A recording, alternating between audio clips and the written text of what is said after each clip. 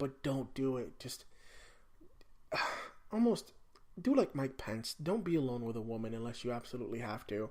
And if you absolutely have to, you better still not be alone with a woman, because the allegations in a powerful person, just the allegations alone destroy you. The allegations alone destroy your reputation and your career. And Al Franken, I know you're a Democrat. I know you're a freaking liberal. But dude, this isn't Saturday Night Live anymore. You can't just go around groping people. Now you're a sitting U.S. Senator and you're saying you won't resign? I hope they remove you from office, and I hope they expel you from the Senate, because just like Roy Moore probably will not get elected on allegations alone, you don't deserve to be there, because there's a woman with photographic evidence that you did it, and she came out on a radio station in a New York Times article, told her story, and guess what? It's within the time constraints of the law. You might need to rethink your position, Al Franken. But hey, what do I know? What do I know? So that's about the current events that I kind of bookmarked for you guys for today. Let me see. I want to talk about something that just for the next few minutes, and then I'll wrap this up.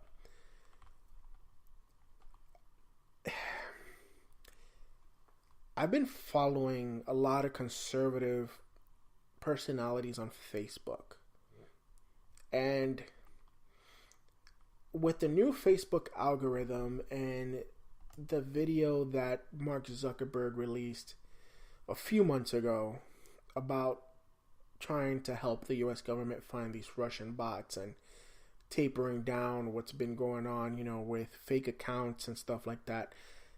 I'm almost, this is my allegation, this is my theory, this isn't conspiracies, it's just what I think it's going on. I think these algorithms that they formed to help combat fake accounts are targeting conservative accounts. And these conservative accounts, and a lot of the guys that I've seen, you can like their pages, but you can't follow what they say. Their videos are getting suppressed. Their accounts are not growing as fast as their liberal counterparts. Now, I get it, right? It's Facebook, it's Instagram, it's Google.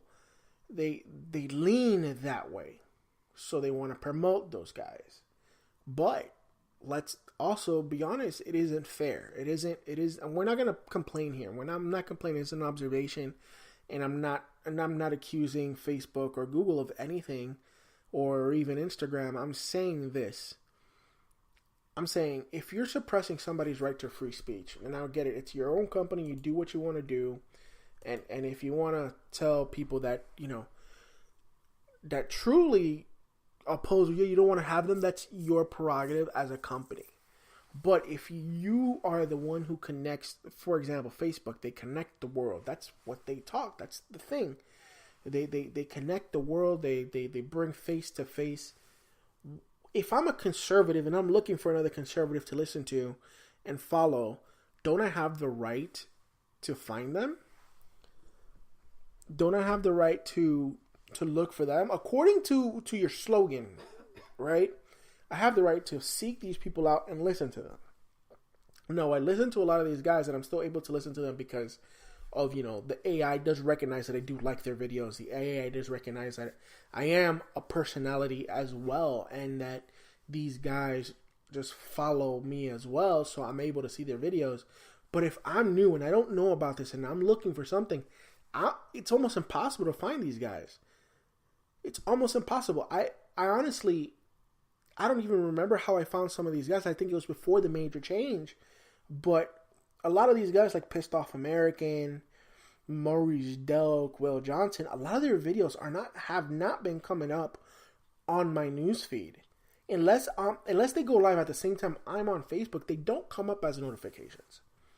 Now, I have set some of these guys as notifications for them to come up when they're live, so I can watch, 5-10 minutes of their video if they're doing something live, or I can chime in, or if they want to invite me on, which I have been. They're just not coming up. Now, that makes me very suspicious because at the same time, I had very very rapid growth of my Facebook page, and all of a sudden it slowed down. Now, it could be because I'm concentrating more on this side of the spectrum, but the silencing of conservative voices is something that really worries me. Not so much for me personally, but for the movement in general. It's just a huge thing that worries me when thinking about these things. And I don't know. These guys are something else, and fascist capitalism is this weird word that's been thrown around, especially, amongst conservative circles, is that these companies that use capitalism to build and make billions of dollars are also the same ones that are silencing free speech, and that's not okay with me. I think that these companies can tell their employees, right, but not the people that consume the product, that they can't advertise whatever they want to advertise, especially if it's bringing them money. I mean, conservatives spend more money than liberals do anyway, but then again, it's a free site, right? We give up our information in exchange for entertainment, so who knows? That's about it, guys. I mean, I wanted to give you a quick 2 cents on social media and suppression of free speech, but that's what I have. It's just observations. It isn't really an opinion, but observations of what I've been noticing. Especially, the newer guys are talking a little more,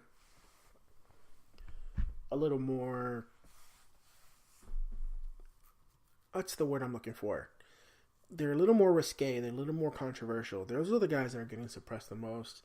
And, I'm seeing Will Johnson alter the way he posts his videos to, if you don't know Will Johnson, just to give you a quick background, he's a patriot activist out of San Francisco, and he's very smart. Go check out his videos. He has a YouTube channel, America Unite, and yeah, he's a very smart guy, but he's been changing the way he words things to try to make the AI recognize what he's saying, because you listen to his videos as something completely different, but the AI recognizes the words and the amount of viewers, and when he has these viewerships go from hundreds to 54 people, that's suppression. And I know that's suppression, but then again, what do I know, right? I'm not an expert. I'm just telling you what I see and what has been going on. But as I wrap this up, I do want to say that thank you guys for supporting me. This is my 7th episode here on Spreaker, and it's the longer version. I'm not gonna go the full 45 today, just because rolling solo, and I don't have my co-host today, my wife, to hook it up and give you guys awesome conversation. So I think a 23-minute monologue is more than enough for you guys. But don't forget to follow me on Facebook, Instagram, and Twitter. And like my boy Gio from The Beard and the Mole says, Twitter Insta book me. When you guys listen to this, do me a favor, like the podcast and share it with your friends, because we're trying to grow this as much as possible, and you guys are the only ones that can help me do that. I will continue to put out as much content as I can, 2, 3, 4 times a week, 5 times a week, 6 times a week if I have to, but I need you guys to help me out with that piece. But thank you so much for listening. It's only been a short one today. It's Sunday. I was just recapping the current events that I stuck out for me this week, and giving you guys a quick observation of what I've seen lately on social media and conservatives. Tomorrow I will have Ramon Aponte on the podcast. He confirmed with me Friday. He will be here Monday to do a awesome podcast with me. We're going to talk about what's going on in his life and what he's doing. If you don't know him, go look him up on Facebook. He's an activist. He's an artist. You're going to enjoy him as a person. He's an awesome dude. He lives in Florida, out of the Tampa area. You're going to enjoy it. It's going to be awesome. Thank you guys for listening. My name is Daniel. I am the Conservative Papi. I'm out.